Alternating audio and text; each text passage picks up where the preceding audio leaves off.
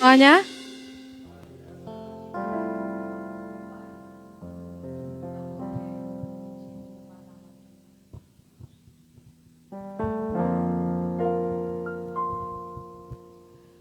mari kita mau persiapkan hati dan pikiran kita. Kita mau datang kepada Tuhan, membawa seluruh kehidupan kita kepada Tuhan. Kita mau masuk di dalam hadirat-Nya, menikmati kasih dan anugerah Tuhan. Terima kasih Tuhan. Ini kami Tuhan. Kami datang untuk kami boleh memuji menyembah Engkau Tuhan. Mari lawat setiap kehidupan kami Tuhan. Jamah kami, penuhi kami Tuhan dengan hadirat. Sebab kami rindu lawatan. Terima kasih Tuhan. Bersamamu kami merasa tenang. Sebab hanya dekat-Mu Tuhan kami merasa kenyamanan. Haleluya.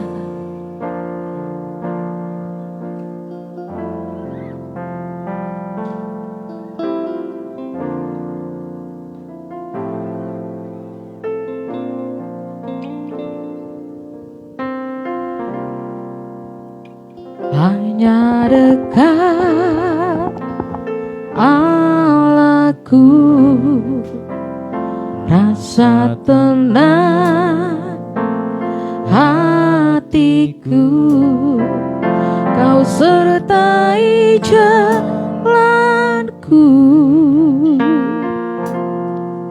sepanjang hidupku. Hanya dekat padamu, hanya dekat padamu ada kekuatan baru. Kaulah perlindunganku, keselamatanku.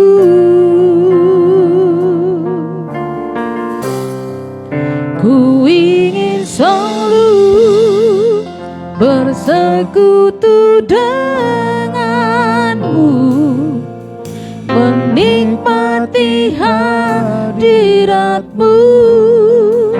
Biarkan Roh-Mu tinggal dalam hidupku. Sungguh indah bersamamu selamanya. Kembali kita naikkan pujian yang lebih sungguh-sungguh lagi.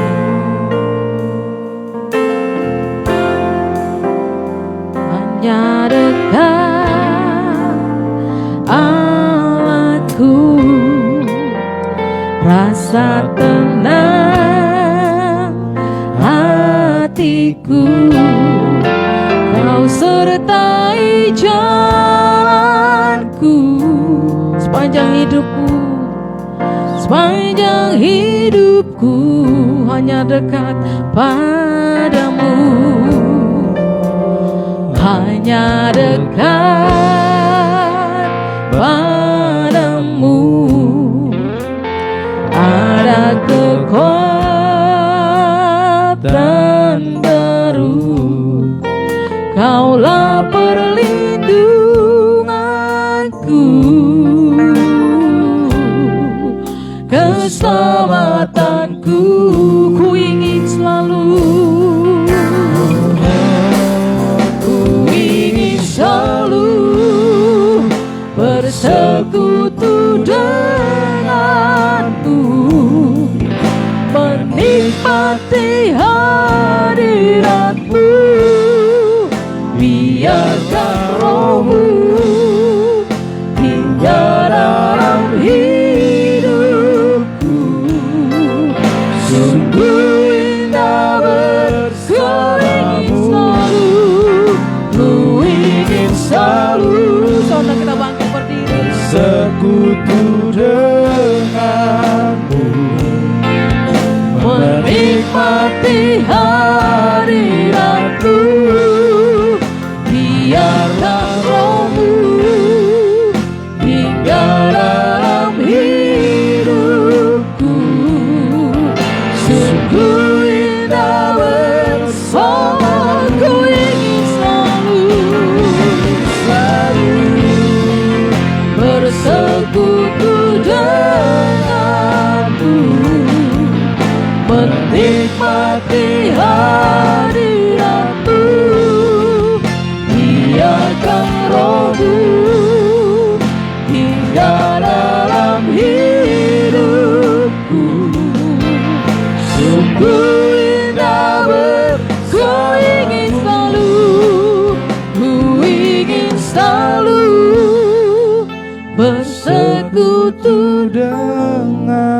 menikmati hadirat-Mu Tuhan. Menikmati hadirat-Mu. Biarkan Roh-Mu, biarkan Roh-Mu tinggal dalam hidupku.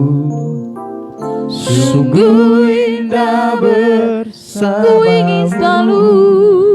Ku ingin selalu. Mari angkat kedua tanganmu. Sekutu Biar pujian ini menjadi keinginanmu di hadapan Tuhan. Menikmati hadirat-Mu. Biarlah Tuhan Roh-Mu tinggal dalam hidup kami, seumur hidup kami Tuhan. Tinggal dalam hidupku. Amin Tuhan. Sungguh indah bersamamu. Ku ingin selalu bersekutu denganmu, menikmati hati. Biarkan Roh-Mu kita dalam hidupku. Sungguh indah ku ingin selalu bersekutu dengan, menikmati hadirat-Mu. Amin Tuhan. Biarkan Roh-Mu tinggal dalam hidupku. Sungguh indah bersamamu. Sungguh indah bersamamu. Sungguh indah bersamamu. Sungguh indah bersamamu. Sungguh indah bersamamu. Selamanya. Mari sembah Dia. Haleluya. Indah bersamamu Tuhan, dalam hadirat-Mu, menikmati kasih-Mu, menikmati segala kemurahan-Mu. Haleluya. Kami rindu Tuhan, kami rindu tinggal dekat dengan-Mu, datang dalam naungan-Mu Tuhan, bersekutu dengan-Mu. Itu yang kami rindukan. Haleluya. Oh,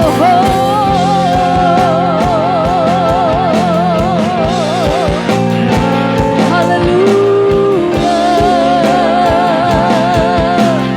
Syukur bagimu Tuhan, syukur bagimu Yesus, sebab Engkau Allah yang baik, Engkau Allah yang mengasihi kami. Terpujilah nama-Mu Tuhan. Terima kasih Tuhan. Ya Rama Shikina Rama, Ya Rama Rama Shikina Rama She. Haleluya.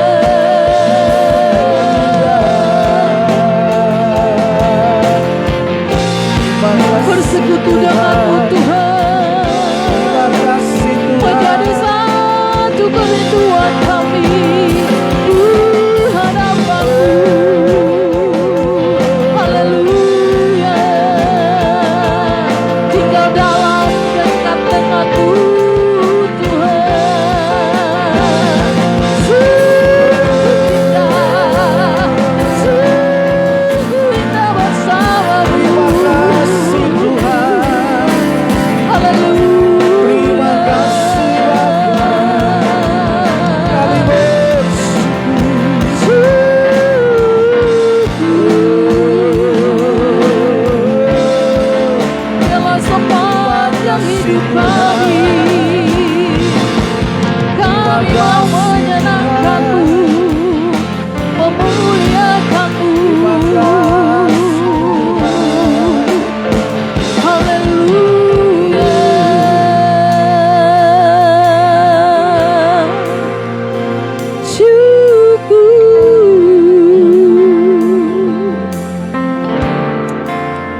sepanjang hidup kami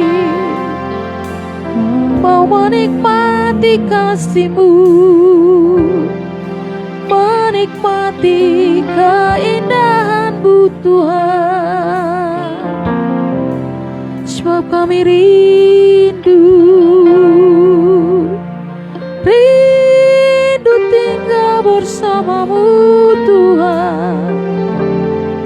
Sebab bersama-Mu Tuhan hati kami tenang, ada kenyamanan.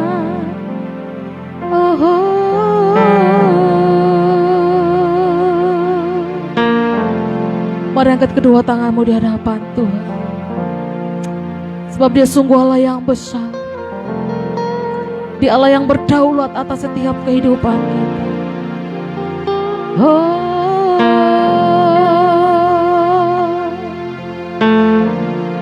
Kau Allah yang besar, ajaib dan mulia. Kau Yesus yang sanggup membuatku terpesona.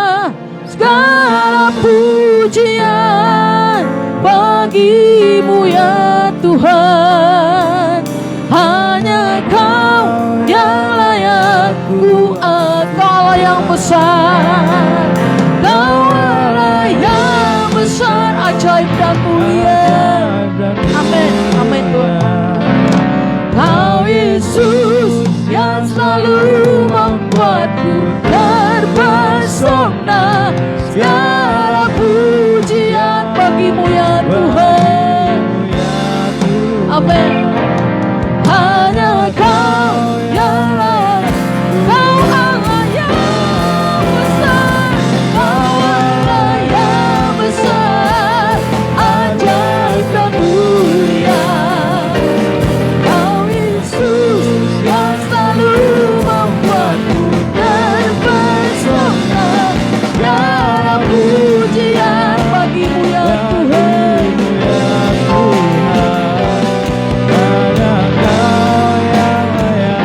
Hanya Kau yang layak ku agungkan. Hanya Kau yang layak. Hanya Kau yang layak ku agungkan. Hanya Kau yang layak ku agungkan.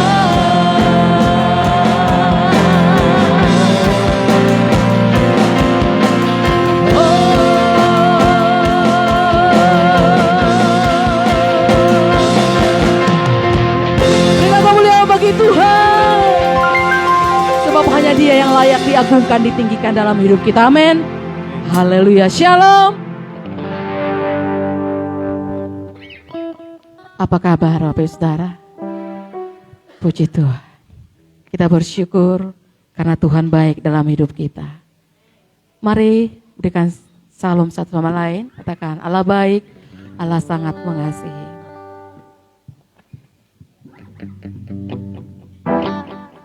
Biarlah hanya Yesus segala-galanya dalam hidup kita. Haleluya.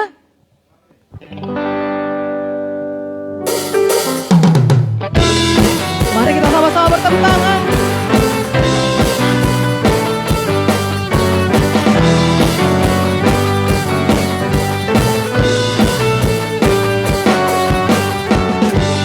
Allah alam semesta memerintah selamanya, yang beriku kehidupan. Kau datang selamatkan, Kau datang selamatkanku, merendahkan dirimu, tinggalkan kemuliaan-Mu. Ku memuji-Mu Tuhan, ku memuji-Mu Tuhan. Kebebasanku temukan, kebebasanku temukan dalam-Mu. Katakan Kaulah, Kaulah segalanya, segalanya. Pertanyaan bukan yang pernah melepaskanku. Kaulah segalanya,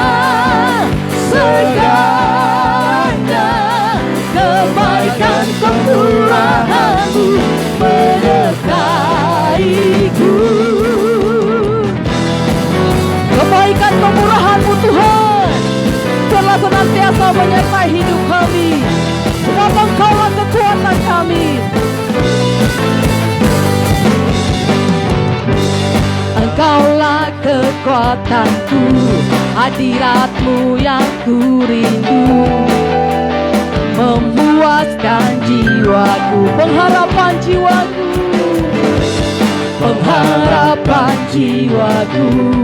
Kau selalu bersamaku, firman-Mu, firman-Mu kekuatanku. Besarlah anugerah-Mu, besarlah anugerah-Mu. Kebebasan,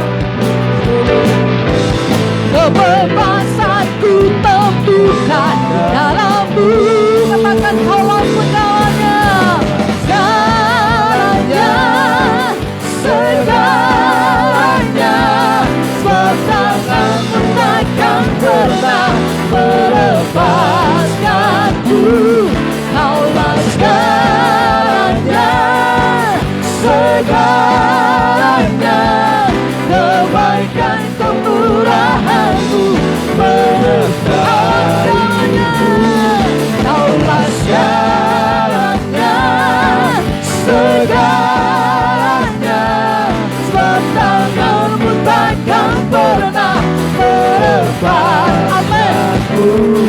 Kaulah segalanya, segalanya. Kebaikan kemurahan-Mu. Sekali lagi katakan, Kaulah segalanya, Kaulah segalanya, segalanya. Sebab tangan-Mu takkan melepaskanku.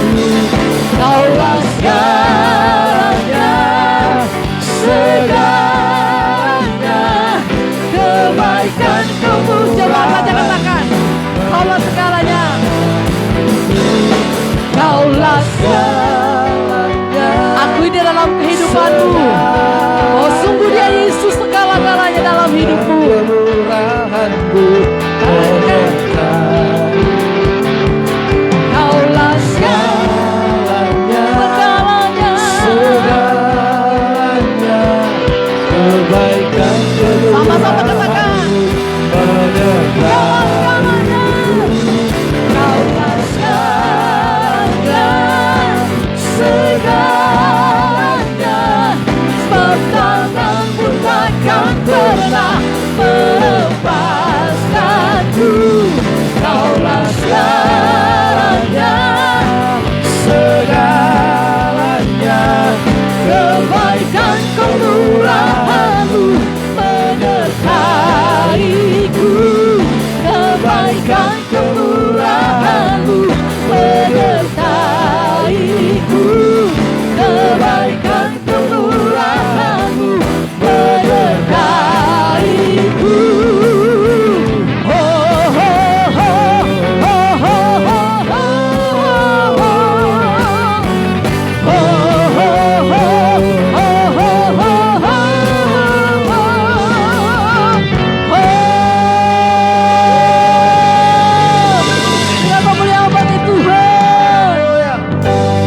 biarlah Dia segala-galanya dalam hidup kita, amin.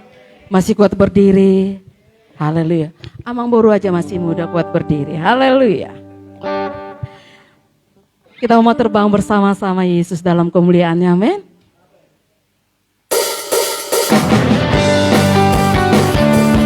Sama-sama kita bertepuk tangan.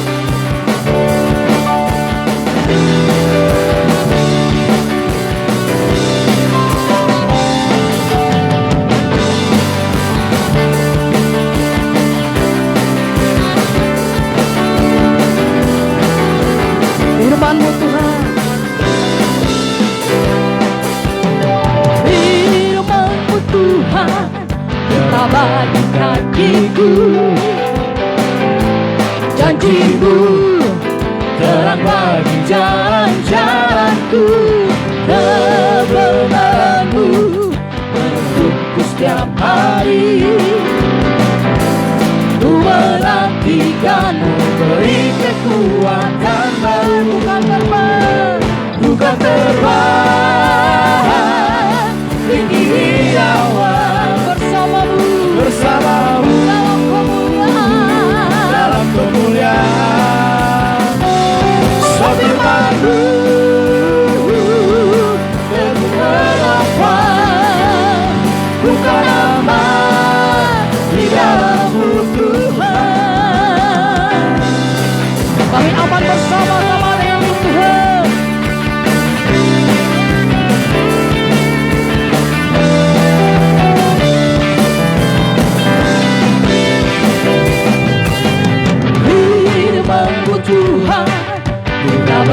kakiku, janjimu terang bagi jalan-jalan kami Tuhan.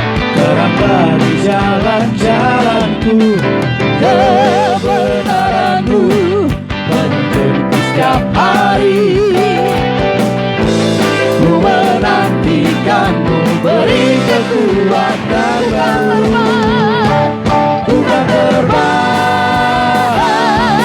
tinggi di awan bersama-Mu dalam kemuliaan. Sebab firman-Mu bukan apa, bukan nama, bukan nama. Bersama-Mu Tuhan. Katakan, jalan-jalanku di atas jalan-jalanku, jalanku di atas jalan-jalanku, rancangan-Mu melebihi rancangan-Mu, melebihi rancangan-Mu. Firman-Mu sungguh Kau membebaskanku, berjalan lebih tinggi, berjalan bersama-Mu. Katakan, ku kan terbang tinggi di awan bersama-Mu Tuhan, bersama-Mu dalam kemuliaan-Mu, dalam kemuliaan. Amin. Sebab firman-Mu teguh menopang, bukan aman, di dalamku kan terbang.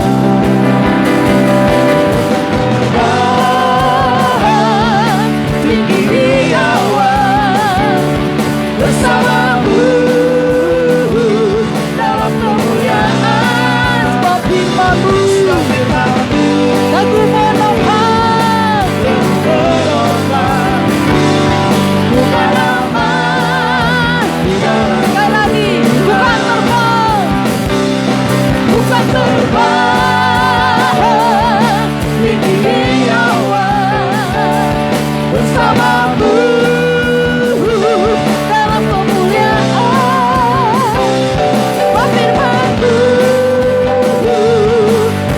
menopang, bukan aman, bukan aman dalam-Mu Tuhan, bukan aman dalam-Mu Tuhan, bukan aman, bukan aman dalam-Mu Tuhan.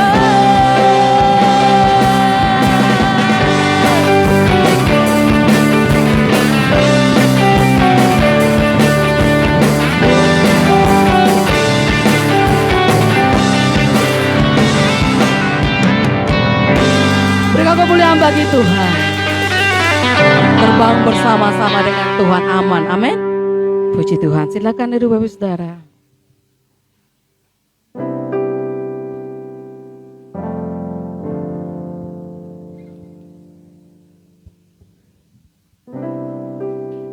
Kami tahu Tuhan,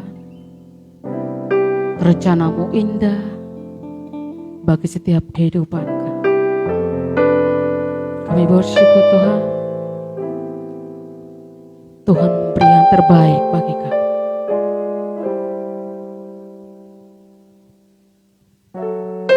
Haleluya.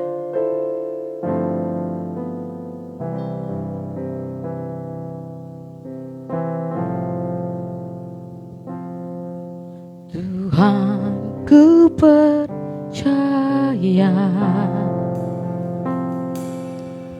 rencana-Mu indah, walau saat ini tak ku mengerti.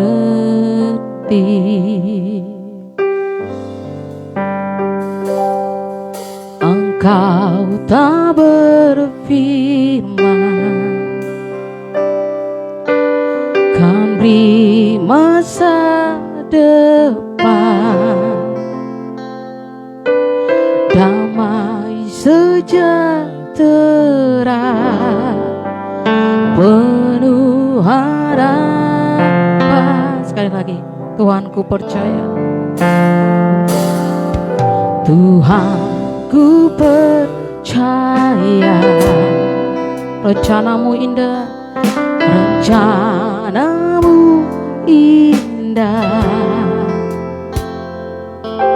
Walau saat ini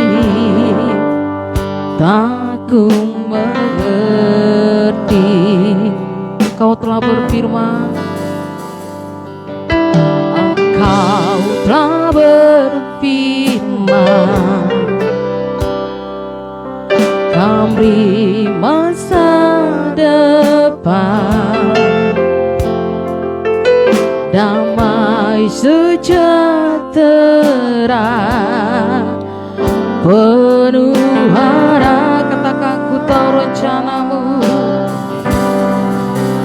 ku tahu rencanamu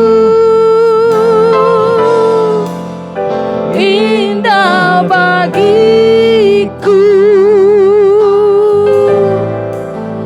ku tahu kehendakmu baik bagiku. Amin. Ku tahu rancanganmu sempurna bagiku, ku tahu jalan-jalanmu yang terbaik bagiku. Kembali kita naikkan pujian. Tuhan, ku percaya rencanamu indah, rencanamu indah. Walau saat ini kami tak mengerti, tak ku mengerti, Engkau telah berfirman, Engkau telah berfirman, kan di masa depan, damai sejahtera,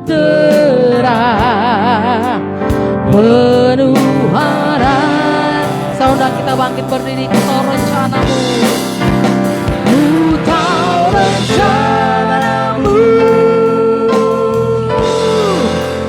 indah bagiku, ku tahu kehendakmu Tuhan, ku tahu kehendakmu baik bagiku,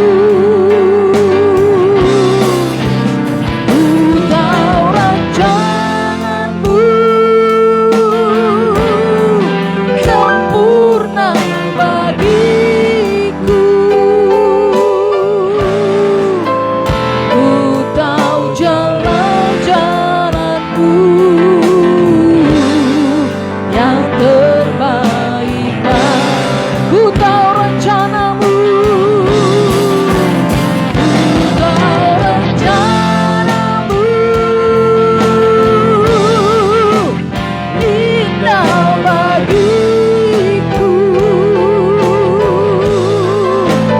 ku tahu kehendakmu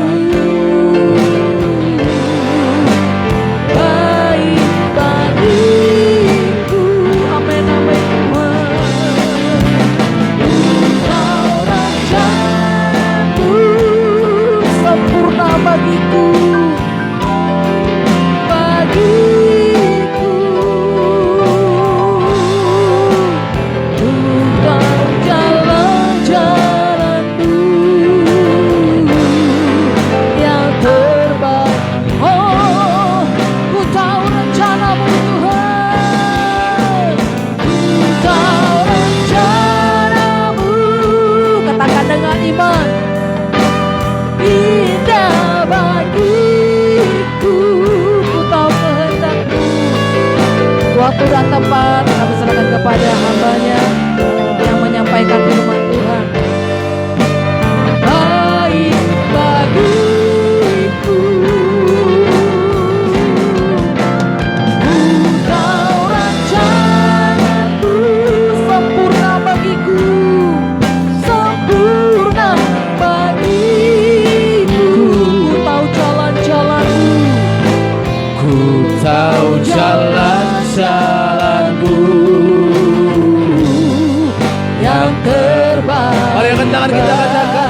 bersama lagi. Haleluya. Ku tahu rencanamu. Ku tahu rencanamu indah bagiku. Amin. Ku tahu kehendakmu baik bagiku. Ku tahu rencanamu sempurna bagiku. Ku tahu jalan-jalanmu yang terbaik bagiku. Ku tahu rencanamu indah bagiku. Ku tahu kehendakmu baik bagiku. Ku tahu rancanganmu sempurna bagiku. Amin. Ku tahu jalan-jalanmu yang terbaik bagiku. Ku tahu jalan-jalanmu yang terbaik bagiku. Ku tahu jalan-jalanmu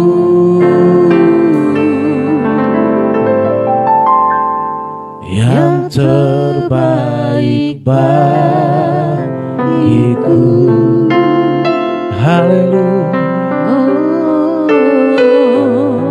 Terima kasih ya Tuhan. Segala sesuatu Engkau baik bagi kami. indah bagi kami Tuhan. Engkau mulia Tuhan. Yang terbaik. Terima kasih. Haleluya. Yang Kau berikan bagi kami. Terima kasih Tuhan. Kami bersyukur. Engkau baik. Sebab Engkau baik. Engkau luar biasa. Kau Bapa yang Terima mengasihi kasih. kami. Terima kasih. Bapa yang memperdulikan Terima kasih Tuhan. setiap kehidupan Kami kami. bersyukur. Haleluya. Kami bersyukur. Syukur Tuhan. Hanya bagi. Terima kasih Tuhan. Kebaikan-Mu dan anugerah-Mu Haleluya. yang Kau limpahkan dalam hidup kami. Terima kasih Tuhan. Terima kasih. Terima kasih Tuhan. Buat Terima kasih. segalanya. Ku tahu rencanamu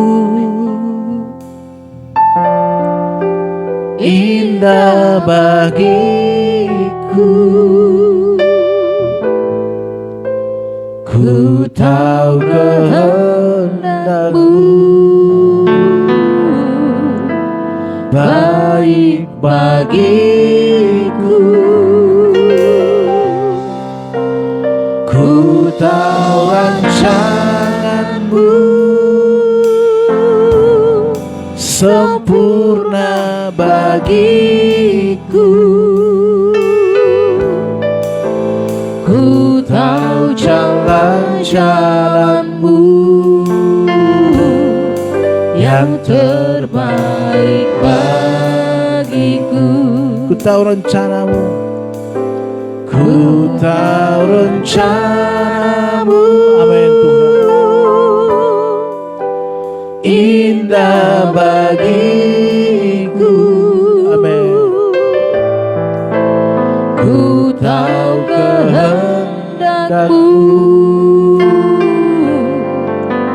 baik bagiku.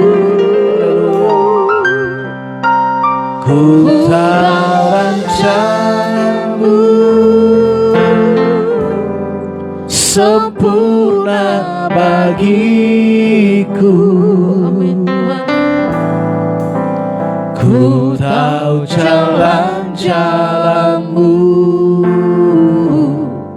yang terbaik bagiku. Ku tahu jalan-jalanmu yang terbaik bagiku. Bapa di dalam sorga, kami bersyukur untuk hari yang indah yang Tuhan berikan kepada kami.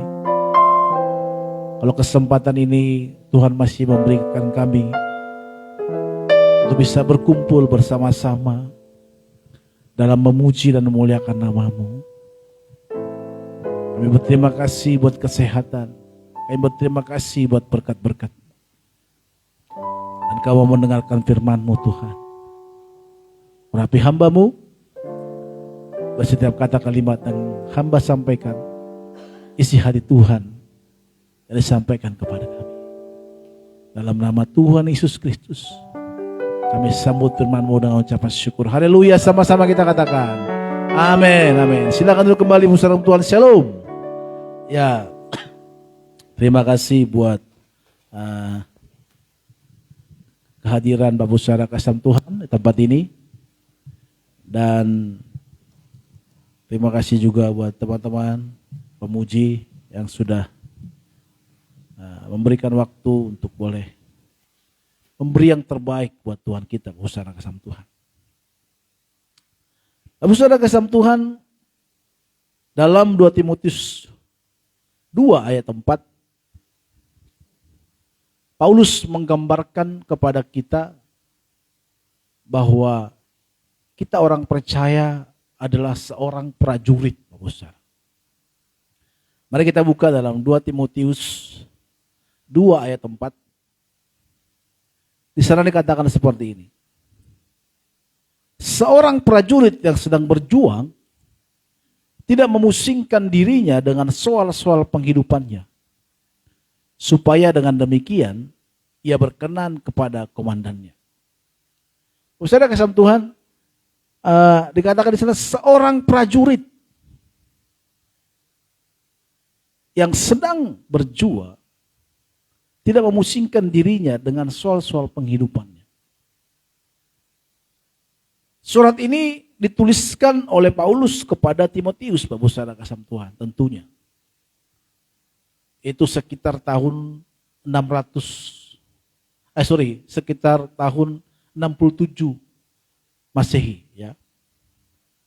Dan tema daripada surat 2 Timotius ini, Bapak Saudara kasih Tuhan, itu bertekun dengan ketabahan. Kenapa? Karena pada saat itu Paulus menulis Kaisar Nero sedang berusaha untuk menghentikan perkembangan kekristenan di Roma, Bapak Saudara Tuhan. Jadi Kaisar Nero membuat satu menghambat untuk perkembangan Injil. Maka juga dengan cara-cara menganiaya, membunuh juga dilakukan pada masa itu. Kalau kita tahu kota Roma pernah terbakar dan itu dituduh orang Kristen yang membakar. Dan memang kalau kita membaca sejarah Bapak Saudara Tuhan, Kaisar Nero ini adalah kaisar yang sangat paling kejam pada masa itu. Maka kalau ada guguk kita yang kejam, maka kita kasih namanya Nero. Kenapa? Karena dia memang kejam, termasuk kepada orang-orang Kristen pada masa itu. Tidak banyak orang Kristen juga dijadikan gladiator melawan singa. Bukan sesama manusia, tetapi singa lawannya. Jadi pada masa itu Bapak Saudara, Tuhan tentu kalau kita percaya kepada Tuhan Yesus maksudnya, artinya sudah siap-siap untuk hidup martir, yaitu mati untuk Kristus.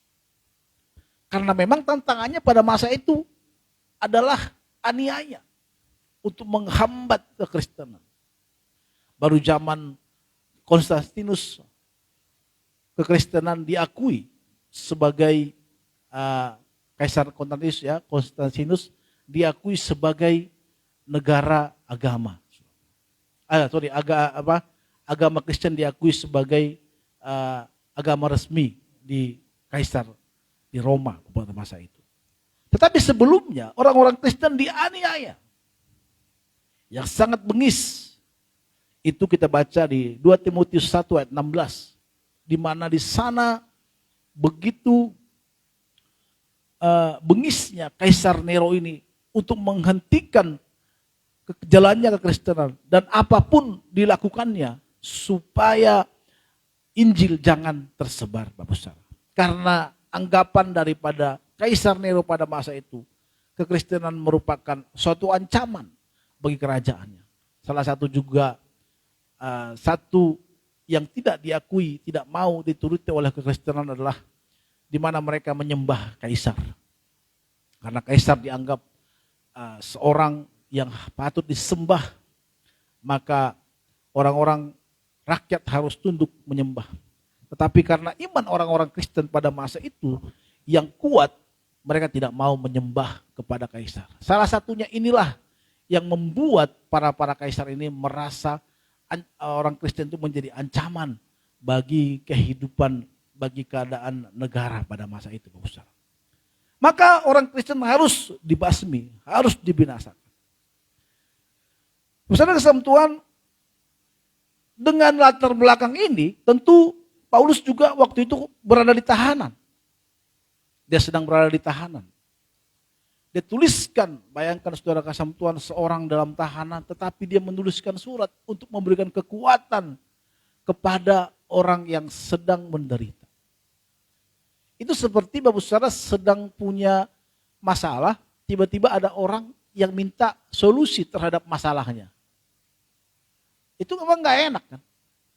Itu seperti apa gitu? Seperti kita berpikir, masalahku aja belum selesai. Kok ada orang yang minta solusi atas masalah-masalahnya. Maka pengusaha sama Tuhan, kadang kita pikir, ini gimana? Tetapi pengusaha Tuhan, Paulus di dalam penderitaannya pada saat itu, dia mungkin akan mendapatkan hukuman mati. Yang sudah mulai dekat. Tetapi saudara kasih Tuhan, dia masih bisa memberikan kekuatan kepada kepada Timotius yang saat itu sedang mengalami penderitaan. Sedang mengalami aniaya. Maka dari judul daripada perikop ini Bapak Saudara Tuhan, yaitu penderitaan. Ikut menderita. Kalau kita lihat perikop Lembaga Alkitab Indonesia membuat judul dari perikop 2 Timotius ini, 2 Timotius 2 ayat 4 ini yaitu ikut menderita.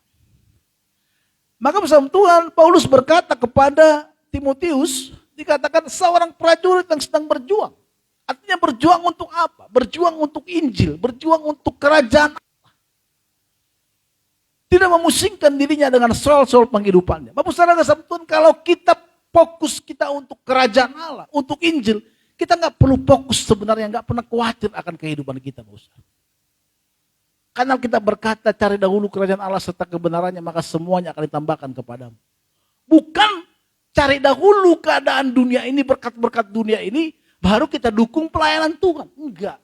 Karena kita mau balik. Banyak sekali orang membalik itu, Bapak Saudara. Sehingga hidup kita khawatir.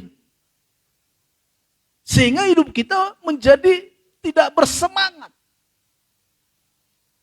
Padahal sebenarnya bersama Tuhan, fokus kita tentu kepada Tuhan dulu. Di mana kerajaan Allah harus disebarkan di dunia ini. Itu tugas siapa? Pada saat Tuhan Yesus mau naik ke surga dikatakan, beritakanlah Injil, baptislah mereka. Itu bukan saja kepada murid-muridnya, tetapi juga kepada kita orang-orang percaya. Karena pada masa itu bukan saja murid-muridnya menyaksikan dia mau naik ke surga itu, tetapi ada banyak-banyak orang yang menyaksikan, dikatakan beritakanlah Injil. Maka tugas itu adalah tugas kita. Maka saudara kasih Tuhan, kalau kita sedang berjuang di jalannya Tuhan, kalau kita sedang berjuang di dalam kita melayani Tuhan, harusnya kita tidak pusing atas penghidupan kita. Tetapi memang banyak orang-orang percaya sekarang ini melayani sehingga lupa juga bekerja. Zaman saya dulu waktu SMP, banyak sekali kita ikut-ikut persekutuan. Akhirnya nilai teman-teman jeblok. Tapi beda dengan saya. Waktu saya ikut persekutuan nilai saya lumayan naik. Yang dulunya dari 40, satu kelas 41, ranking 40 dari 41. Ya. Tinggal di belakang satu lagi. Gitu. Itu bagi saya luar biasa. Benar, kalau sebetulnya di rapot saya. Tetapi waktu saya mengenal Kristus, saya belajar. Nilai saya lumayan naik. Waktu itu bisa mencapai 10 kalau nggak salah. Itu luar biasa naiknya. Bayangkan dari 40 ke 41. Kenapa? Karena terus belajar. Mama saya selalu begini, nggak ada orang bodoh, hanya ada orang malas. Pisau itu tumpul karena tidak pernah diasah. Jadi kalau kita mau belajar terus, kita bisa.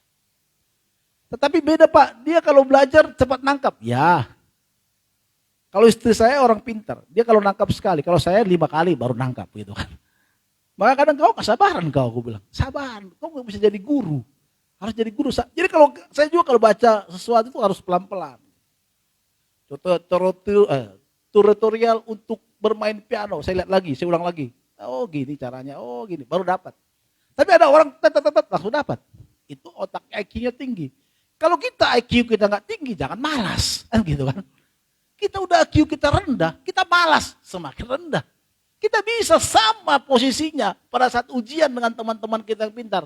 Kalau dia dengerin Tuhan, dengerin guru cuma sekali nerangin, langsung dapat di otaknya.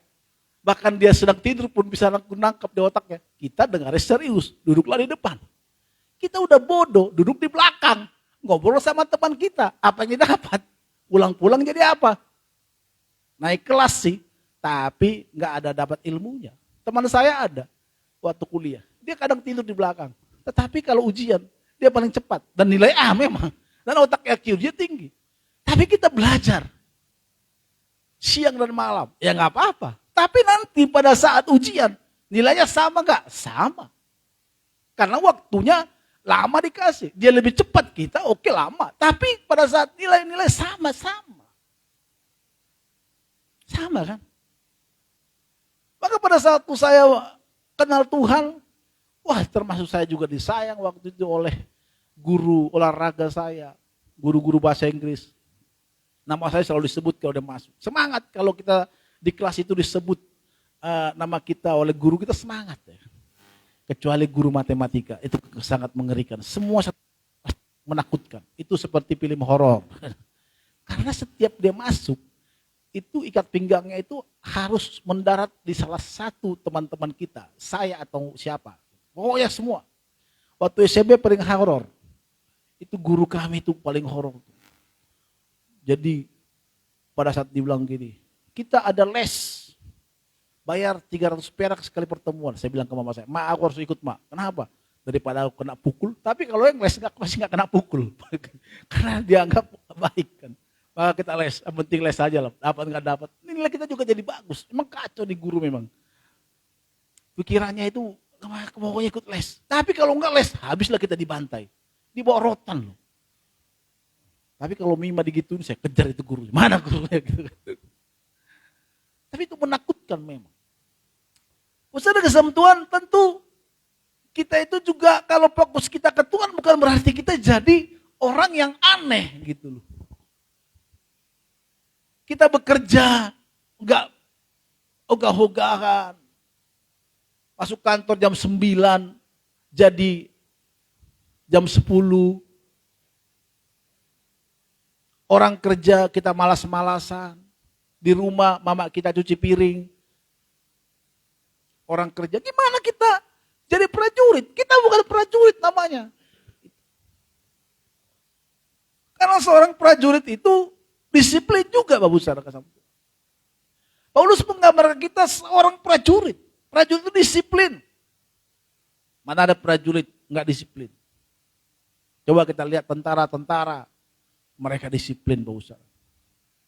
Bahkan kalau lihat film-filmnya, tempat tidur mereka pun harus rata. Kadang dibuat koin, kalau nggak membal koinnya berarti suruh ulang, push up. Maka kalau kekristenan kita sekarang ini banyak seperti bukan prajurit, seperti part time. Kerja part time gimana sih? Ya kalau suka dikerjakan, kalau nggak suka dikerjakan. Suatu ketika waktu saya belum menikah, teman saya ngomong gini, kau ambil aja jadi online lah, driver online. Karena kalau driver online kan bisa suka-suka waktumu, bangun jam berapa bisa, terus nanti mau kerja jam berapa bisa. Ya sama seperti waktu saya ngamen dulu kan. Ngamen saya memang kerjaannya yang dilihat orang mungkin sepele, tapi sebenarnya duitnya banyak. Iya, duit banyak waktu itu. Cuma ya itu kerjanya mabuk mulu kan, jadi nggak ada uangnya. Duitnya banyak. Saudara saya keluar nih, pada saat mau bayar uang kos, sisanya nongkrong, bangun jam 3 sore, baru pergi. Kalau mau bayar uang kos, saya lihat muka-mukanya, muka-muka orang-orang di situ. Semua, maaf nih, orang-orang cipit, artinya Tionghoa. Lagu rohani. Sejauh timur, dari barat. Kebetulan juga kita gereja hari Minggu, hari Seninnya tobat kumat gitu kan. Gak apa-apa, itu waktu itu gitu. Gak apa-apa, kan salah juga kata-kata itu. Jadi waktu itu kita nyanyi. Kalau orang-orang Tionghoa itu usaha Tuhan. Kalau kita nyanyi kita lagu, kita suara bagus. Dengan lagu dunia. Ku ingin kau tahu, mau bagus dia tidak akan ngasih. Tapi coba lagu rohani. Sejauh timur, langsung masuk gocap. Kita buka, gocap, pulang langsung ke rumah. Tidur lagi. Ngapain? Gak ada kegiatan, gak ada masa depan. Gak ada mau dikejar, apa mau dikejar. Hidup ini santai aja. Pokoknya nanti mau bayar uang kos, gak ada makan, baru jalan. Kalau kita bertiga, banyak kan nongkrong. Banyak kan kita nongkrong. Nanti kalau udah pas jam penumpang, kita kebut jalan. Udah, berapa? Ada nih duit, bagi 2, udah pulang. Mabok lagi. Begitu terus, gak ada disiplinnya. Beda dengan orang-orang kantoran tentunya. Coba lihat kalau seperti prajurit. Dia walaupun dia capek, tidur sebentar, waktu yang ada harus dimanfaatkan mereka. Karena latihan, apalagi dia baru-baru masuk pendidikan. Wah, tulang saya lihat waktu pendidikan. Dia dulu gemuk, perutnya lebih buncit dari saya. Pas dia masuk pendidikan, slim, rata perutnya gitu. Badannya tegap, jadi ganteng sekali. Gitu. Dulu dia perutnya buncit, seorang tentara, almarhum. Tapi pada saat dia masuk pendidikan, mau ngambil lagi, naik jabatan. Wah, saya melihat rambut dibotak. Pernah kunjungan ke dia, perutnya juga jadi slim. Kenapa? Karena disiplin. Seorang prajurit itu salah satunya sifatnya adalah apa usaha Tuhan? Yaitu tidak mengenal lelah. Maka seorang prajurit itu tidak pernah mengenal lelah. Lihat aja, usaha Tuhan. Kalau teman-teman kita mungkin seorang prajurit, coba tanya dia. Dia latihan malam, anti pagi-pagi jam 5 udah dibangun di kebun serai. Ngapain dia kan? Lari gitu. Maka tulang kita yang pernah khotbah di sini, tentara. Dia bilang ke sini, Bere, dia bilang, jangan tersinggung ya. Ya. Kecil lah perutmu itu. Gitu. Dalam hati gue ya juga sih. Anaknya, saudara kasih Tuhan, perutnya buncit dikit langsung gak diomongi sama dia. Pemalas. Gitu. Orang kalau buncit perutnya Bere, malas dia. Betul juga sih, malas olahraga maksudnya. Gak disiplin kan. Kalau saya olahraga dulu waktu olahraga gak ada perut. Tapi kalau sekarang udah malas-malasan. Olahraga kadang malas. Kenapa? Karena memang kita nggak membuat satu disiplin di dalam namanya fokus kita mengecilkan perut. Buat dari pagi, saya bilang pas saya pakai baju, ada satu baju. Kecil lah perutmu itu Pak, nggak bisa lagi kau usahakan perutmu itu katanya. Ya juga sih. Udah mulai agak sesak jadi memang, harus dikecilin. Karena baju-baju sudah mulai sempit. Sementara berkat nggak ada, baju sempit. Susah kan? Mau beli sesuatu susah kan?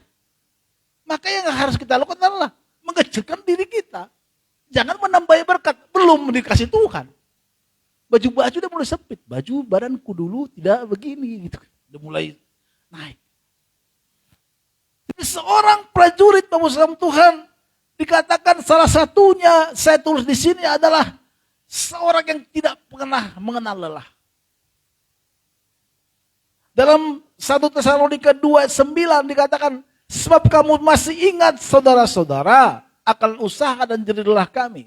Sementara kami bekerja siang malam supaya jangan menjadi beban bagi siapapun juga di antara kamu. Kami memberitakan Injil Allah kepadamu. Artinya Paulus sedang di sini sambil dia membuat tenda untuk kehidupannya, dia juga memberitakan Injil supaya ada mendukung pemberitaan Injil.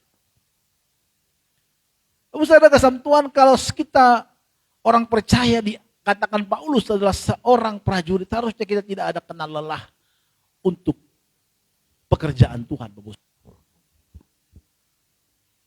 Tidak kenal lelah. Orang yang tidak, kalau kita lihat prajurit tadi, saya katakan tadi, mereka habis latihan malam, tidur, sebentar, udah disemprit lagi, latihan lagi, nanti latihan ini, nanti malam. Sampai kadang kita lihat ada yang sampai terlelap pada saat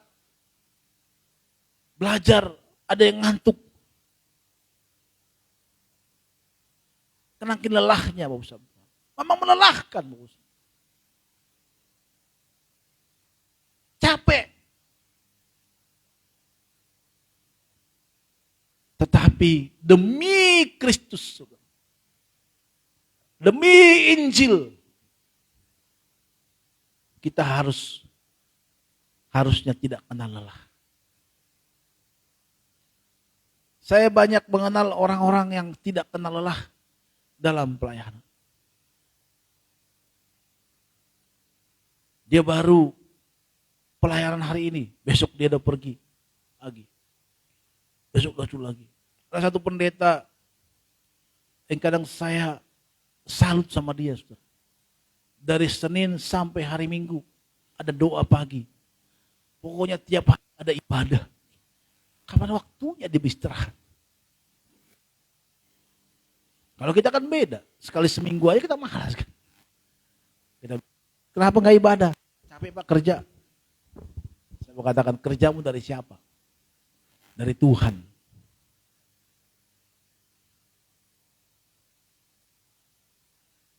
Kalau kita seorang yang katakan Paulus sebagai seorang prajurit, harusnya kita tidak ada kenal namanya lelah. Bukan berarti tidak kenal lelah, akhirnya kita tidak istirahat ya. Itu juga salah. Tidak kenal lelah di sini artinya kita tidak ada rasa untuk dalam satu pekabaran Injil kita tetap semangat dalam hal itu. Tapi memang banyak kita hamba-hamba Tuhan termasuk saya profesi saya sebagai hamba Tuhan. Dan orang-orang percaya. Kita selalu giat dalam pekerjaan-pekerjaan Tuhan tentu seperti di gereja, persekutuan-persekutuan. Wah datang terus, undangan di mana-mana. akhirnya keluarga berantakan. Dia tidak ada memperhatikan keluarga. Bagi saya, saudara Tuhan, keluarga juga merupakan pelayanan. Saya mempelajari dari hamba-hamba Tuhan yang dimana keluarga mereka akhirnya berantakan. Anak kemana, istri kemana, jadwal banyak pelayanan. Pada saat ditanya sebenarnya anaknya, kenapa kamu melakukan itu? Karena papa saya sibuk dengan pelayanan. Kita juga bersama Tuhan. Tentu nggak boleh kita sibuk terus dalam ibadah, pelayanan sana sini, tapi keluarga kita tidak urus, itu juga salah. Pelayanan pertama kita adalah keluarga kita. Keluargalah yang pertama.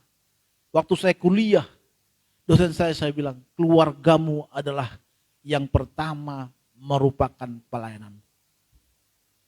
Jadi kalau kita di sini punya keluarga, kita melayani, itulah yang pertama pelayanan kita. Saya nggak setuju juga bersama Tuhan, kalau istrinya lagi sakit, ditinggalkan gitu aja demi pelayanan. Ya kalau ada temannya oke, tapi kalau ada temannya repot kan. Saya pernah dengar kesaksian pendeta seperti itu.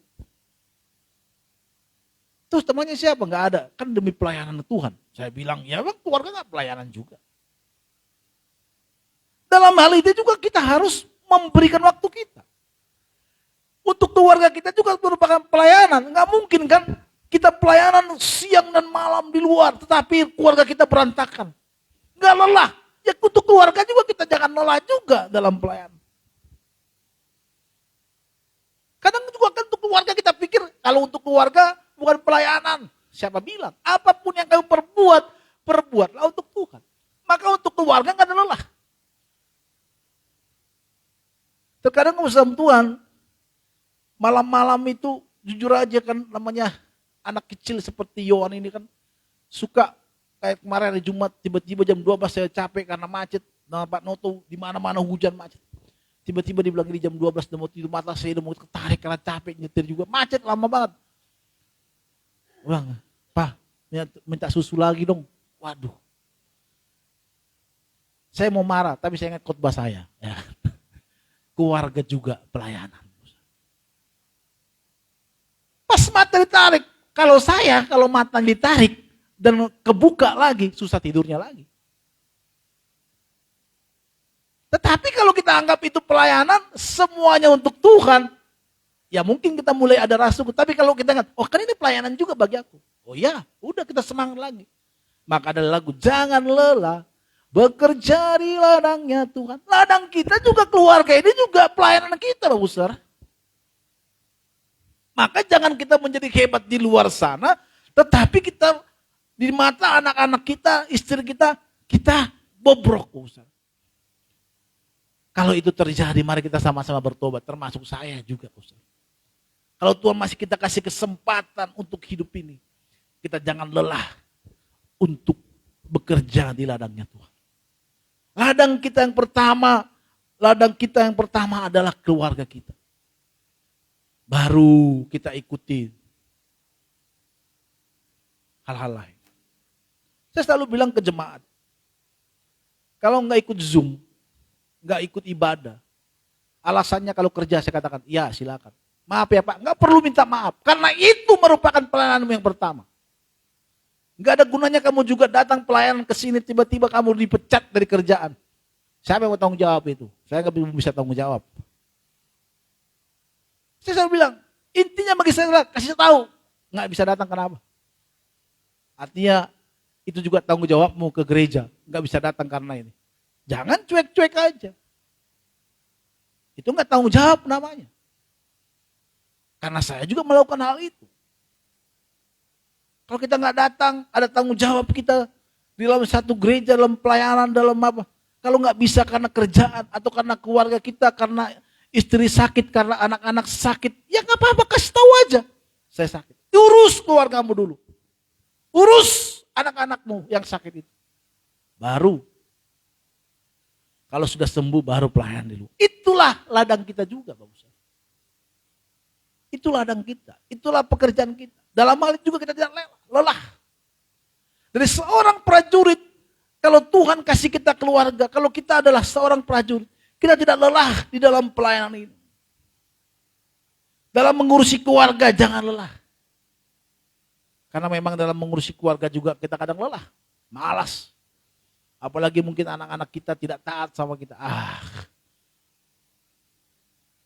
Mungkin suami kita bengal, gak bisa dibilangin. Istri kita juga seperti itu, malas. Ngomonglah sama bapak, malas aku lihat itu. Biar aja di situ, itu mau kemana itu. Entah mau ke jurang, biarkan aja di situ. Itu kan, gitu kan. Kasih tahu lah mama, biar jangan gosok atau mama. Itu repot nanti sama itu. Nanti mulutnya kemana-mana. Berap. Suatu ketika, tadi malam saya lihat Instagram, saya lihat ada komedi. Tiba-tiba polisi ngejar seorang yang sedang bepergian, dikejar. Dia ada curiga ada di bagasinya. Kenapa kamu ketakutan? Coba buka bagasimu, dia bilang ke suaminya ini dan anak-anaknya. Pas dibuka dia ketakutan. Ternyata istrinya sedang diikat di bagasi. Kenapa diikat? Karena pop. Pas dikeluarin polisinya juga diomelin. Polisi sampai stres, udah masukin lagi ke dalam, udah pergi. Saya juga ngakak dalam nonton. Jangan begitu juga. Itu juga pelayan. Makanya menghadapi seperti itu juga kita butuh bahwa Tuhan itu adalah yang kita layani dan itu juga pelayanan kita, Bapak Saudara. Tapi Pak nggak berubah-berubah, Pak. Doakan aja terus, nanti berubah juga. Kalau nggak dia, kita yang berubah. Ini penting, Bapak Saudara. Di dunia ini kita dibuat Tuhan agar kita mempraktekkan Kristus itu dalam kehidupan kita sehari-hari. Kalau kita telah seorang prajurit, kita yang seorang prajurit, nggak ada lelahnya. Kalau kita mencari uang, kita tahu ini adalah pelayanan. Jadi kalau enggak itu kita akan menjadi frustasi, Bapak Saudara. Banyak orang yang frustasi mengurusi keluarganya. Mengurusi anak-anaknya. Kenapa? Karena enggak menghasilkan efek. Ngapainlah baik-baik buat keluargaku. Ngapainlah aku hidup mati-matian untuk keluargaku ini. Sementara aku tidak mendapatkan efek yang baik dari anak-anakku. Jangan, Bapak Saudara. Jangan pernah berpikir seperti itu. Karena kalau kita tahu apa yang kita lakukan, kita kerjakan dengan tidak lelah untuk keluarga kita. Kita anggaplah itu suatu pelayanan. Karena kita katakan apapun yang kamu perbuat, perbuatlah untuk kemuliaan nama Tuhan. Karena di ayat sebelumnya juga, dalam firman Tuhan katakan, tunduklah hai kamu istri. Dari bicara keluarga. Baru habis keluarga, baru katakan, hai hamba-hamba tunduklah kepada Tuhanmu. Jadi dari keluarga dulu, pelayanan itu Bapak Saudara. Baru kita keluar. Kita harus sepenuh hati kita, jangan lelah dalam mengurusi keluarga kita. Siang malam, ya. Jangan pernah. Tapi nggak ada efek, Pak, dari anak-anakku, dari suamiku, dari istriku, bahwa aku telah berdiri. Nggak apa-apa. Dalam ayat itu dikatakan, upahmu yang akan kamu terima dari Tuhan. Kalau kita lelah, capek untuk mengurusi anak-anak kita, istri kita dulu, baru setelah itu baru kita keluar. Melayani di gereja mungkin. Melayani di persekutuan mungkin. Di mana mungkin, baru. Kalau anak-anak beres, semua keluarga kita beres, baru. Saya sering kali bersama Tuhan diajak oleh teman-teman saya, sampai mungkin dia kesal berapa kali untuk nongkrong, untuk ngopi. Saya bilang, sorry, aku gak bisa, karena anak-anakku gak bisa aku tinggalkan. Hanya untuk ngopi-ngopi. Karena memang enak juga kalau kita ngopi-ngopi itu kan. Siapa gak enak gak suka ngopi. Apalagi ketemu teman-teman kita yang sefrekuensi. Ketawa-ketawa 1 jam. Wah itu meng-underline kita menjadi muda kembali. Wajah kita berseri-seri kembali. Tapi berapa kali saya tolak, kenapa? Karena saya gak mau meninggalkan anak-anak saya. Saya tinggalkan mereka sama si ibu contohnya. Di rumah. Saya gak tahu nanti makan atau enggak mereka ini nanti. Saya nggak tahu nanti apa mereka tidur atau enggak. Apa dia minum air putih banyak atau enggak. Kok seperti itu Pak? Ya, karena bagi saya keluarga aku adalah pelayanku yang pertama. Kita tunjukkan bahwa kita adalah pelayan Kristus. Jangan lelah untuk itu. Walaupun kita diomongin orang, ikatan suami takut istri, ya nggak apa-apalah. Nanti juga akan kita tuai hasilnya. Mereka udah terbesar baru kita bisa nongkrong nanti.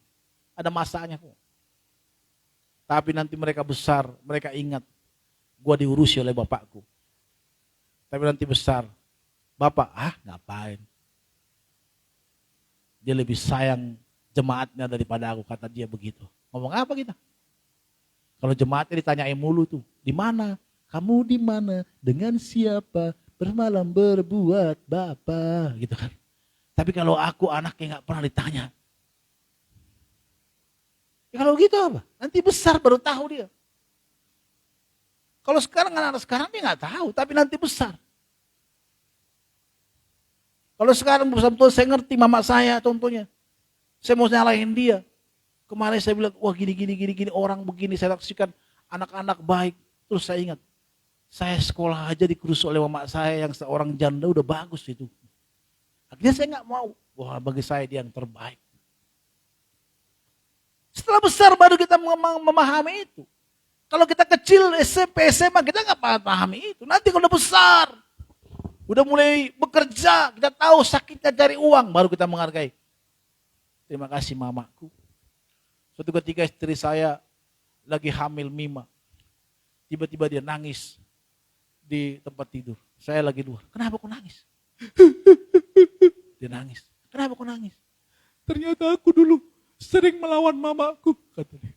Ternyata sakit juga kalau mengandung ya. Dalam hati gue. Karena waktu dia ngandung Mima, sakit banget. Kiri salah, kanan salah. Sampai dibeli bantal untuk bayi itu juga. Masih ada bantalnya tuh. Panjang sekali bantal itu. Nggak tahu pokoknya semua dibeliin sama dia. Bantal untuk enak tidur. Tetap aja dia sakit. Digiling lah sana. Kita lagi enak. Bangun Pak. Sakit ini, sakit.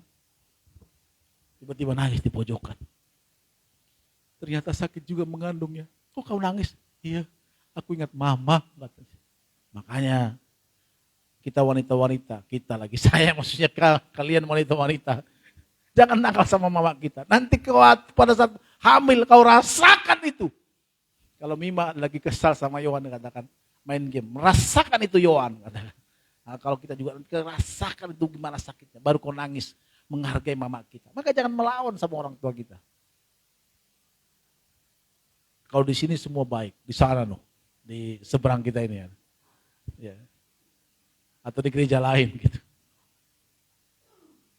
Saudara jangan lelah untuk itu. Ada lagu Pentakosta yang perlu kita nyanyikan setiap hari. Kerja buat Tuhan selalu manis. Biar pikul salib selalu manis. Saya kerja buat Tuhan sungguh senang-senangnya. Di ladang Tuhan manis. Membuang diri. Nah, ini kata-katanya gak ada. Membuang, seolah-olah kita buang diri gitu kan. Mengabdi itu. Di ladangnya Tuhan saudara. Kerja Tuhan selalu manis. Manis. Lagu-lagu gini harus kita kumandangkan. Kalau sekarang kan lagu-lagu kita. Aku diberkati. Aku diberkati. Jadi kalau kita gak diberkati, kena kutuk lu. Kalau kamu kontrak, masih kontrak. Sini dulu. Dalam nama Yesus. Roh ngontrak keluar gitu kan. Kalau sakit-sakitan dalam nama Yesus kena kutuk ini. Ini kena kutuk. Cari nenek moyangnya, opungnya. Opungnya siapa opungnya kan? Lagi opungnya. Opung yang mana? Opungnya paling opungnya dulu penyembahan berhala. Hubungannya apa ya kan? Udahlah kalau kita percaya Yesus, kita putuskan hari ini, sudah putus semuanya itu. Nggak perlu cari sampai opung-opung kita. Sekarang ada begitu. Cari opungnya. Opungnya itu dulu penyembahan berhala.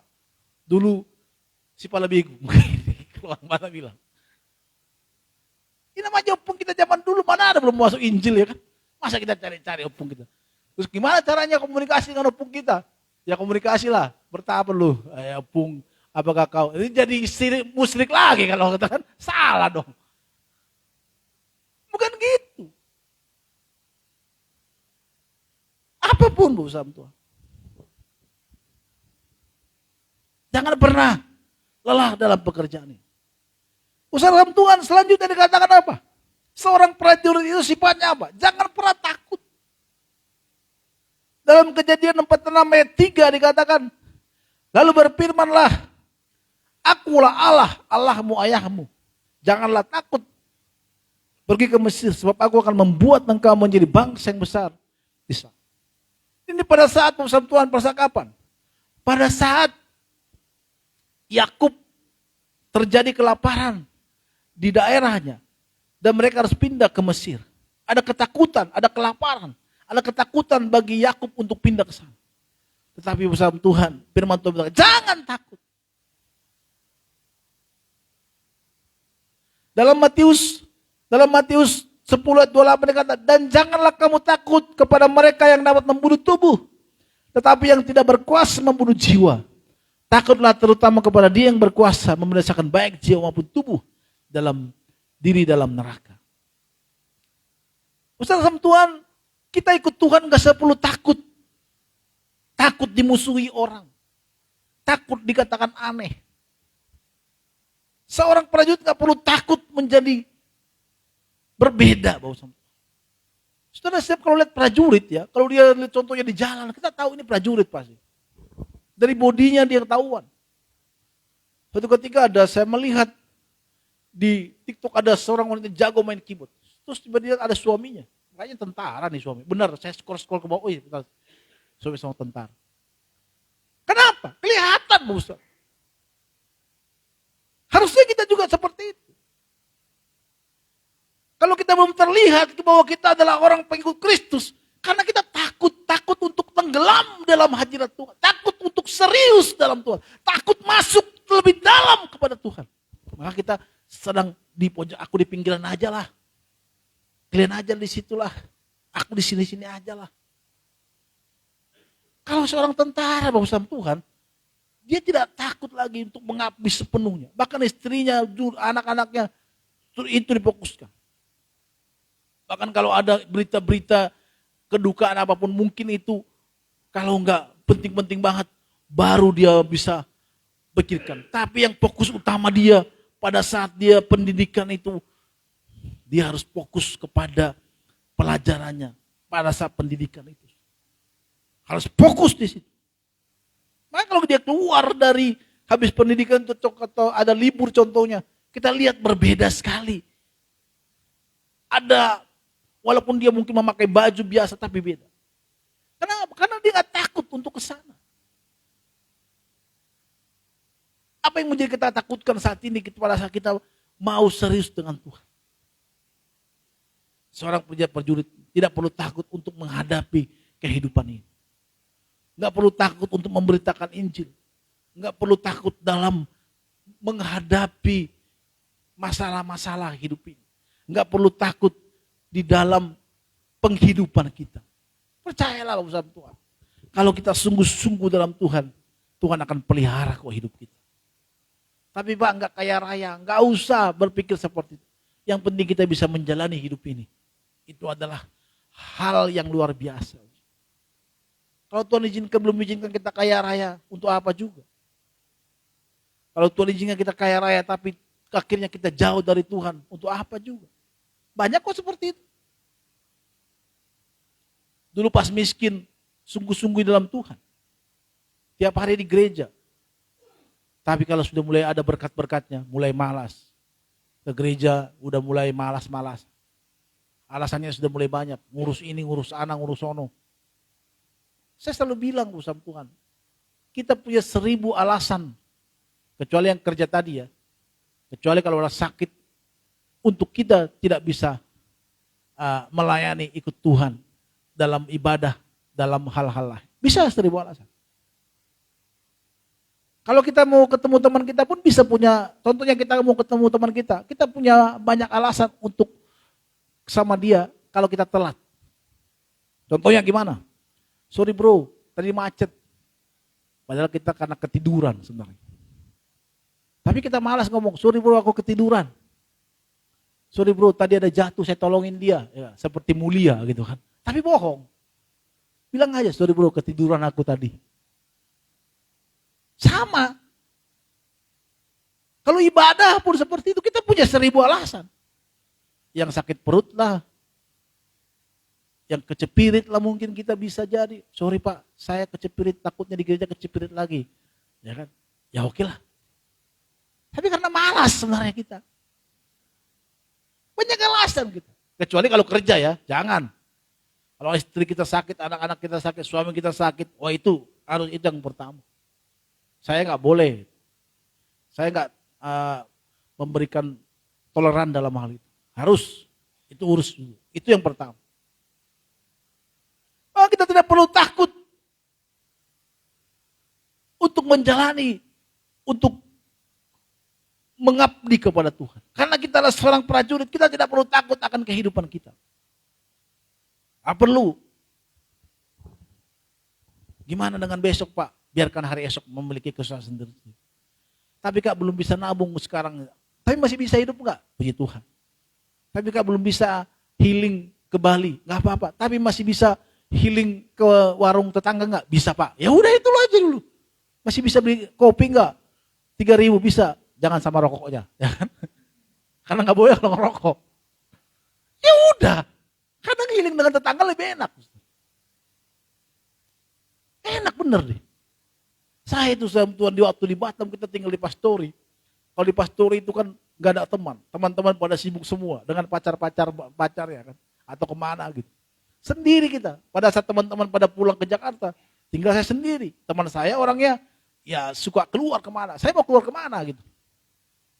Di samping saya itu ada teman-teman bengkel yang dulu kerja di mobil, mereka nongkrong ngopi. Di situ saya kenal kopi, tapi nggak ngerokok gitu. Makanya bilang gini, di situ saya pertama kalau teman-teman bilang gini, kau ngopi tapi nggak ngerokok, emang harus ngopi harus ngerokok? Kan enggak kan? Ya dari dulu saya udah berhenti ngerokok itu. Gitu. Ngopi di situ, ketawa-ketawa gitu. Wah, itu healing juga Pak Ustaz. Jangan pikir kalau kita pergi ke Amerika baru healing gitu. Itu mah kelas kakap. Kalau kita kelas teri ya udah nikmatin aja dulu. Ngobrol dengan tetangga. Kalau ngomongin orang, udah pergi lagu. Kenapa kok pergi? Nggak mau ngomongin orang gitu. Itu baru. Itu healing, saudara. Saya kalau ketemu dengan teman-teman saya ngopi, wah itu. Makanya saya bilang, ke rumah aja ke sini. Nah, ke rumah lah kita. Bakar-bakar. Daripada di luar, anak-anak ketinggal, mendingan kita di sini ngobrol. Ngopi di rumah aja. Kalau Pastor Bimo bilang gini, lu karena rumah lu baru, lu ajak aja gue meluk ke rumah lu ya. Lu nyentukin rumah lu. Kagak, bukan gitu maksudnya. Anak-anak gue masih kecil-kecil. Kalau kita di luar tuh kasihan bawa ya janganlah. Kalau mereka bawa ada asap rokok segala macam. Mendingan kita di rumah nongkrong mau ngapain? Mau tiduran juga. Lu mau tiduran di situ di pojokan juga ada nongkrong. Bilang aja lu mau nunjukin rumah lu. Kagak, enggak gitu. Saudara, mari kita nikmati hidup kita. Jangan pernah takut akan itu. Jangan takut akan kelaparan kita. Jangan takut akan hidup kita. Gak perlu kita takutin. Tuhan menyertai kita. Amin. Apa sekarang ketakutanmu, saudara? Pak, belum tercapai cita-citaku. Mungkin hari ini enggak. Kalau kau serius dengan Tuhan, enggak mungkin enggak dicapai cita-citamu. Saya selalu saksikan di sini bersama Tuhan. Apa yang pernah tidak saya pikirkan itu yang Tuhan sediakan dalam hidup.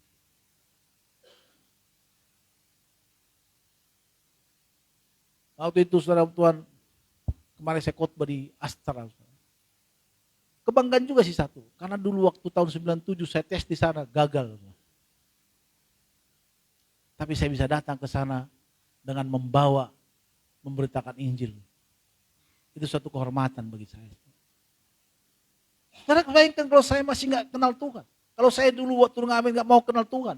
Tuhan suruh udah kenalkan dirinya, ayo kembali lagi Ronald ke bertobat. Enggak, aku mau hidup di sini terus. Kadang saya kalau pergi ke Bakmi Siantar, tiba-tiba saya bilang ke istri, ini temanku mah. Masa kata dia? Ya. Saya gak katakan kerjaan mereka rendah. Tetapi saudara kasih Tuhan, dari dulu seperti itu terus. Dan mungkin saya juga akan terlempung di sana. Kalau Tuhan kasih kepanjang umur. Tapi sekarang saudara kasih Tuhan, saya melihat luar biasa berkat Tuhan. Dulunya yang juara ranking 40 dari 41. Sekarang bisa khotbah di sana. Nah, dan saya bisa kuliah S2. Itu kenapa? Kalau bukan karena Tuhan kita yang hebat itu. Karena saya mau serius dengan Tuhan. Tapi kalau coba saya mencela-mencela dari dulu. Ikut hari Senin, Selasa kumat lagi. Minggu nangis-nangis di hadapan Tuhan. Hari Senin, sepukul 2 pukul. Oi, selenting lo, selenting.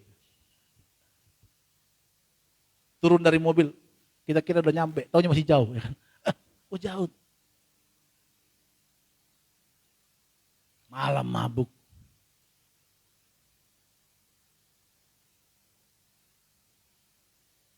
Enggak ditabrak mobil, syukur. Pernah mau ditabrak mobil. Hampir saya mati. Tadi malam juga saya hampir kena strum. Ada lampu kita. Saya pikir lampunya lampu drop begini. Saya pikir itu kan kecil wattnya. Suruh sahabat, Bet, pegangin Bet, mama udah tidur karena capek. Hidup. Saya tekan lagi hidup. Tiba-tiba, mati lampu. Kaget saya, jantung saya lemas juga. Waduh, aku pikir saya udah check out gitu. Tapi masih di sini. Puji Tuhan masih di sini. Gitu. Tapi saya trauma juga. Saya ingat, gimana itu kalau tadi malam kalau kesetrum dan jatuh dari atas, udah kan repot lagi gitu. Lumayan tinggi gitu. Saudara Tuhan, jadilah seorang prajurit. Jangan pernah takut akan hidup kita. Jangan pernah putus asa akan hidup kita. Men. Kalau hari ini kita sedang mengalami kegagalan, ikut Tuhan, bangkit lagi. Kalau kita belum sungguh-sungguh menghidupi firman Tuhan ini, bangkit lagi. Seorang prajurit itu tidak pernah merasa gagal. Kalau hari ini gagal, bangkit lagi. Tetap semangat, jangan putus asa. Jangan seperti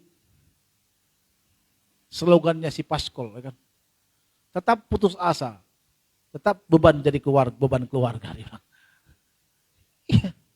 Sekarang itu banyak banget tuh istilah-istilah yang membuat kita bingung. Kenapa sekarang ada kaum rebahan lah, ya kan? Saudara kau lihat di sosmed itu banyak istilah-istilah yang melegalkan orang-orang yang malas-malas. Kaum rebahan maksudnya orang yang suka rebahan gitu, pengangguran, kerja aja ngerokok, ngopi gitu. Itu kaum rebahan namanya. Nah, kalau saudara dalam hal itu mari kita sama bertobat. Itu namanya kaum rebahan. Kedua, ada yang bilang tetap putus asa, tetap jadi beban keluarga gitu. Itu sesat. Sesat itu. Harus tetap semangat dan tetap kita mau menjadi pensupport dalam keluarga kita. Dalam Tuhan. Amin. Semangat terus. Jangan kendor karena masalah kita. Jangan putus asa karena masalah kita. Jangan menjadi orang yang keluar dari pelayanan karena masalah kita. Itu bukan prajurit. Seorang prajurit itu harus berani menghadapi masalah. Kalau ada masalah, hadapi baik-baik. Ngomongin baik-baik. Kalau enggak ada solusinya, baru keluar. Kalau ada solusinya. Tapi kalau enggak mau diomongin, ya udah keluar. Tapi kalau masih ada baik-baik, ngomongan baik-baik, ya ngomong baik-baik. Prajurit seperti itu. Harus gentleman. Kalau enggak, bukan prajurit namanya. Gentleman. Lihat. Prajurit itu bertanggung jawab, diajari bertanggung jawab. Jangan karena masalah, cengeng, nangis. Yohan itu saudara kasih Tuhan. Dia kalau main game sama kakaknya, kalau dia nggak bisa main game dia nangis sendiri. Dia minta kakaknya nggak bantu, dia nangis. Kenapa? Karena dia masih bocil. Jadi orang-orang masih nangis karena masalah, ngambek karena masalah, keluar dari masalah, lari dari masalah. Saudara namanya apa? Nggak ada yang mau jawab. Dari tadi kata apa? Bocil. Saya juga bocil, pernah bocil. Berapa kali? Waktu di sekolah. Ada sekolah gara-gara saya diganti. Sebenarnya nggak diganti sebenarnya. Tiba-tiba dipanggil ada pelatih lain. Saya bilang, kok nggak ngasih tahu saya? Saya bilang, iya karena gini-gini. Ah udahlah, kalian aja ngurus sendiri. Karena bagi saya itu pelanggaran. Karena saya bertanggung jawab di situ, tiba-tiba ada orang yang bertanggung jawab. Saya bilang, ya kalian urus lah. Tapi saya ngomong dulu baik-baik dengan gurunya. Lalu saya keluar. Kalau gitu baru enak. Di dalam apapun, dalam masalah kerjaan pun, harus dibicarakan baik-baik. Saya kadang, Mama Mima ini kan seorang, dia ada, kadang dia pemimpin dari satu cabang. Saya kadang, kalau dia cerita bilang, kalau sebisa mungkin panggil dia, ngomongin baik-baik. Kalau kau sudah melakukan apa menjadi bagianmu dan dia tidak mau berubah, ya sudah. Ya kita tinggal doakan, kita punya Tuhan. Tapi kalau tetap dia ngotot, nggak mau berubah, ya silakan apa-apa. Nanti suatu saat juga dia akan berubah sendiri. Salam Tuhan, seorang prajurit adalah seorang yang tidak pernah takut akan kehidupannya.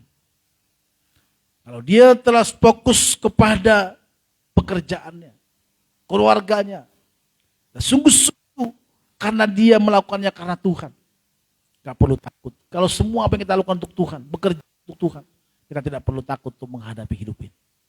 Dan kedua, jangan pernah menjadi orang yang penakut. Jangan takut terhadap apapun. Jangan pernah takut untuk memberitakan Injil. Jangan takut untuk menceritakan kebaikan Tuhan. Jangan takut di dalam keadaan hidup kita. Kenapa? Karena Tuhan pelihara hidup kita. Tuhan menyertai kita. Yang terakhir bersama Tuhan, dikatakan seorang prajurit tidak gampang putus asa. Kadang kita menghadapi hidup ini, kadang kita putus asa. Gampang putus asa. Apa-apa mungkin kita sudah capek lelah dalam pelayanan Tuhan, melayani Tuhan, tapi tetap kita mulai putus asa. Saya kenal si Kak Maduri ini adalah orang yang kadang saya pikir, saya mau bilang, luar biasa juga Kak itu ya. Ya kalau kita tanya saudara, tanya gerejanya berapa kali dia ibadah. Ibadah Selasa, Rabu, Kamis, Jumat, Sabtu, Minggu, ada dia. Anak muda pun ada dia kadang. Belum lagi nanti dia kerja, tiba-tiba Tangerang. Saya sama mami bilang, itu ada pusarnya gak sih kakak itu? Jangan-jangan, saudara tahu gak kenapa ada pusarnya? Yohan tuh kalau lari-lari, saya bilang, Yohan kamu gak ada pusar ya? Karena kuda gak ada pusarnya saudara, makanya dia kemana-mana gak pernah capek. Jadi dia kan tiba-tiba nanti, udah di gereja aja. Tiba-tiba ada diakonia di sini datang. Tiba-tiba udah di sana. Di Getsemani, doanya hari Jumat aja pun susah kita datang. Maksudnya Getsemani yang sono, yang di ujung sono gitu. Ya kecuali karena kalau hujan ya janganlah ya. Ya kalau ada ini bingung saya. Tanya deh. Bener, itu semangatnya luar biasa. Saya nggak makanya saya bilang sama Wima, kakak itu ada. Saya udah tanya, Kak.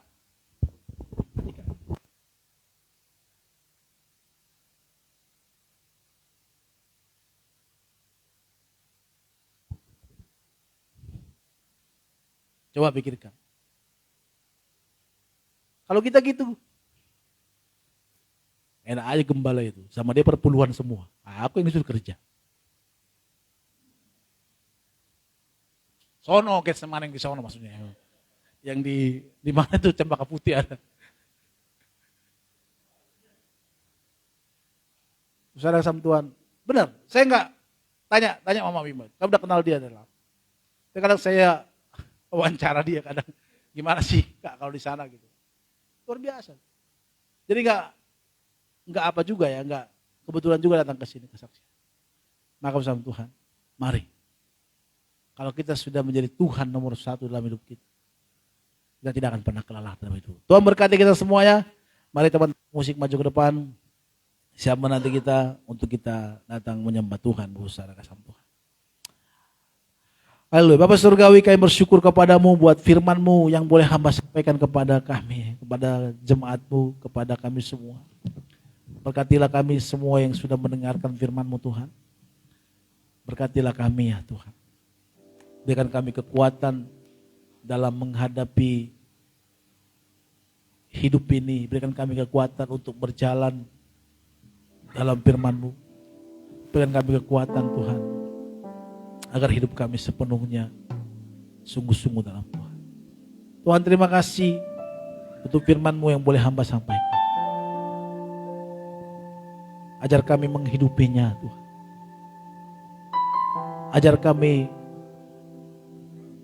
supaya kami sungguh-sungguh di dalamnya Tuhan.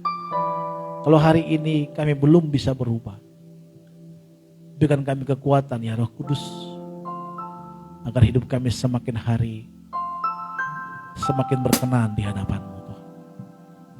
Terima kasih Bapa Surgawi, dalam nama Yesus. Sebagai ucapan syukur kami ingin memberikan persembahan terbaik. Tuhan kuduskan persembahan kami ini, agar setiap persembahan yang kami berikan ini dapat kami pergunakan untuk lancaran pekerjaan di tempat ini. Dengan penuh ucapan syukur kami berikan terbaik buat Tuhan. Haleluya, sama-sama kita katakan amin. Ya, puji Tuhan, Tuhan sudah berkati kita lewat firman Tuhan yang sudah disampaikan oleh Bapak Gembala. Tiba saatnya kita akan memberkati pekerjaan Tuhan lewat persembahan kita. Kita naikkan pujian kita. Aku ingin selalu.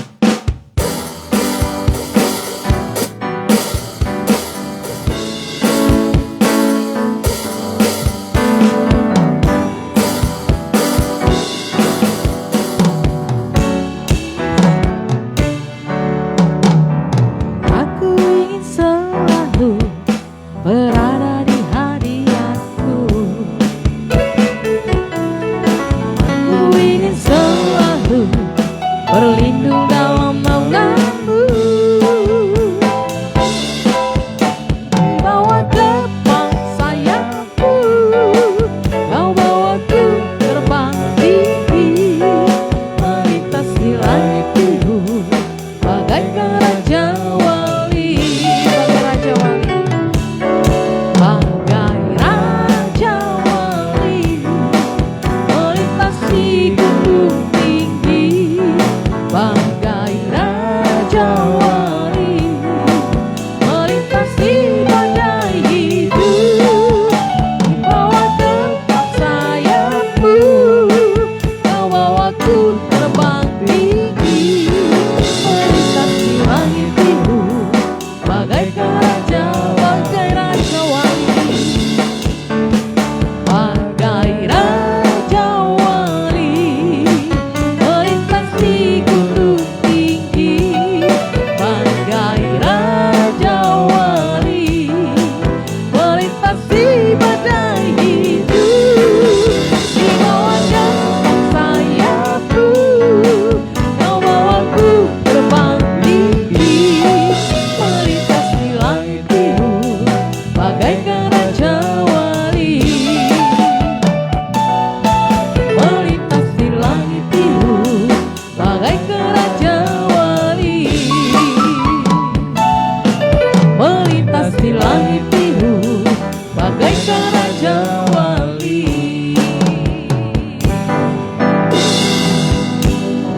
Ya, Tuhan Yesus memberkati persembahan. Bapak Ibu Saudara berlipat-lipat kali ganda. Kita akan mendengarkan pengumuman. Ya Bapak Saudara kasih Tuhan, jangan lupa ya, setiap hari Senin sampai hari Jumat kita ada doa pagi lewat Zoom jam 5 pagi. Dan juga setiap hari Rabu Saudara kasih Tuhan kita ada ibadah tengah minggu. Jadi Dan juga setiap hari Jumat jam 7 malam kita di tempat ini ada doa malam Bapak Saudara kasih Tuhan. Kita berharap kita datang dan kita ajak teman-teman kita Bapak Saudara untuk kita boleh ibadah bersama-sama menikmati kebaikan Tuhan. Dan juga hari Minggu seperti sekarang ini saya berharap Bapak Saudara juga boleh datang mengajak teman-teman kita dan biar kita boleh bersama-sama dalam memuliakan nama Tuhan. Tuhan berkati kita semuanya, bersama Tuhan mari kembali sama-sama kita bangkit berdiri, kita naikkan pujian. Kami memuji kebesaran-Mu Tuhan, ajaib Tuhan, ajaib Tuhan. Naikkan pujian ini sama-sama di hadapan Tuhan. Kami memuji kebesaran. Kita nonton untuk berdoa siapa? Ajaib.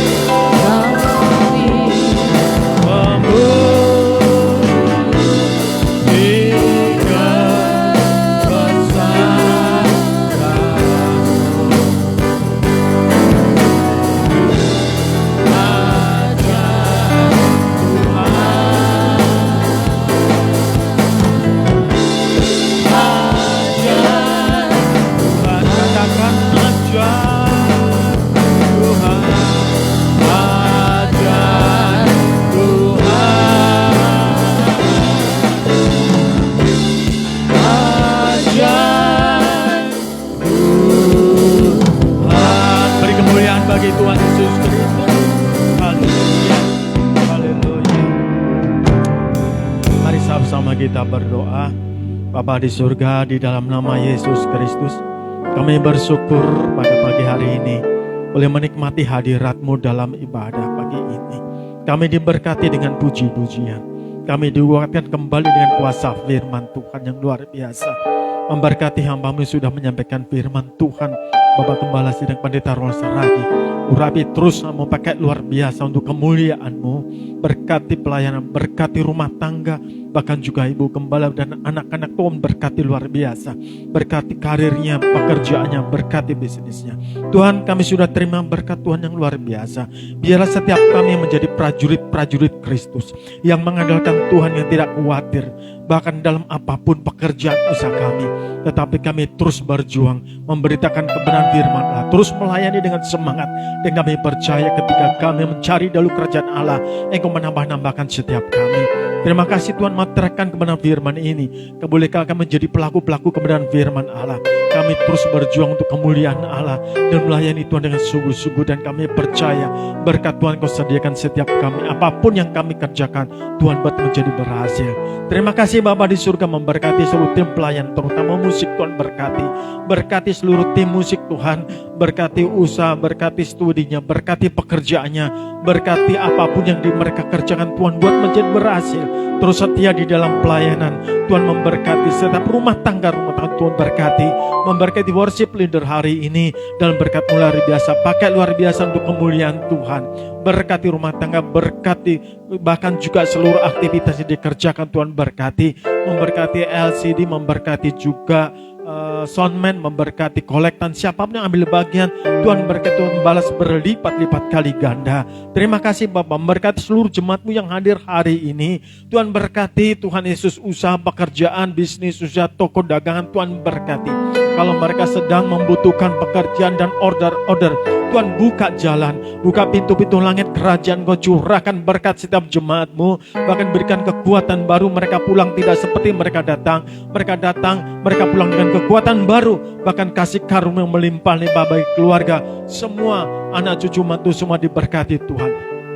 Apapun pergumulannya Tuhan berkati luar biasa. Terima kasih Bapak, kami juga berdoa untuk ibadah dan tempat ini, ibadah hari Senin sampai dengan hari Jumat dalam ibadah saat teduh. Tuhan berkati. Biarlah setiap kami juga menikmati ibadah setiap pagi sebelum kami melakukan aktivitas. Berikan kekuatan baru setiap kami yang ikut ibadah. Kau kirim jiwa-jiwa untuk haus, untuk berjumpa dengan Tuhan melalui ibadah saat teduh setiap pagi. Memberkati ibadah hari Rabu dan hari Jumat. Tuhan berkati luar biasa. Kami rindu pertengahan minggu Tuhan berkati luar biasa. Terima kasih Tuhan, kami terus bisa menikmati hadirat-Mu seluruh ibadah di Getsemani. Bahkan hari Minggu besok Tuhan berkati luar biasa. Kami doa Engkau kirim jiwa-jiwa dari barat, timur, utara, selatan untuk mencari wajah Tuhan, rindu mencari wajah Tuhan tempat ini. Dan kami berdoa siapapun yang memberitakan firman Tuhan tempat ini dalam mimbar ini diberkati, diberikan karunia yang melimpah-limpah, sehingga setiap pemberitaan firman Tuhan menguatkan setiap kami, memberkati setiap jemaat-Mu. Terima kasih Bapa di surga. Kami doa juga untuk semua tempat ini dalam acara Natal besok. Sebentar lagi akan rapat Natal. Tuhan berkati yang terbaik biar kami sediakan, kami siapkan bagi kemuliaan Tuhan. Urapi setiap kami yang akan dalam rapat nanti, dalam urapan hikmat Tuhan menyertai kami. Terima kasih Bapa di surga. Kami juga doa seluruh peralatan yang kami butuhkan Tuhan berkati. Bahkan juga Tuhan memberkati laptop, memberkati seluruh peralatan kami gumulat, Tuhan berkati luar biasa. Kami percaya tidak ada yang mustahil di hadapan Tuhan. Engkau sanggup mengadakan, tidak ada menjadi ada. Terima kasih Bapa di surga, memberkati juga bangsa kami Indonesia. Sebentar lagi tahun depan yang akan pemilu 2024, kami doa terus Tuhan bersama-sama supaya pemilu berjalan dengan baik lancar. Kami tolak pemilu gagal, kami tolak segala rusuh-rusuh, kami tolak segala intervensi asing, kuasa gelap apapun, kami tolak dalam nama Yesus Kristus. Berkati pemilu besok, kami pilih pemimpin-pemimpin yang takut akan Tuhan sesuai dengan pilihan Tuhan. Tuhan tetapkan orang-orang yang takut akan Tuhan. Indonesia penuh kemuliaan Tuhan, dimenangkan bagi kemuliaan Tuhan. Terima kasih Tuhan. Kami juga sebentar lagi akan pulang, biarlah Engkau tutup kuasa darah Yesus Kristus. Kami tolak celaka mara bahaya niat orang jahat, dipatahkan, dihancurkan kuasanya dalam nama Yesus Kristus. Kami pulang berjumpa dengan keluarga seluruhnya dalam berkat kasih karunia yang melimpah-limpah. Terima kasih. Kami siap untuk terima berkat Tuhan melalui gembala sidang. Tuhan berkati dalam nama Yesus. Terima kasih buat Pak Noto yang sudah berdoa syafaat bagi kami. Berkati hamba-Mu, pekerjaan, usaha, pelayanan, Tuhan berkati. Nah, saatnya Tuhan, kami akan akhiri doa kami, ibadah kami dengan penuh ucapan syukur. Mari kita angkat tangan kita dua-dua di hadapan Tuhan. Kita terima berkat anugerah dari Bapa Surgawi. Damai sejahtera daripada Tuhan Yesus Kristus menyertai kita dari sekarang sampai selama-lamanya. Haleluya, sama-sama kita katakan amin. Bapa, terima kasih.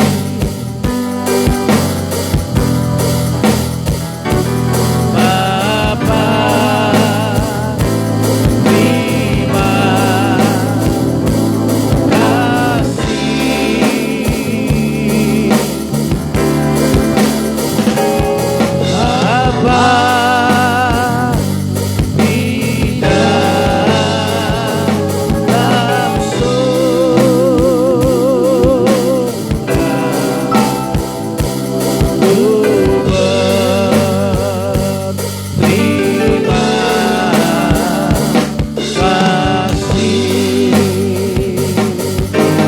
Bapa,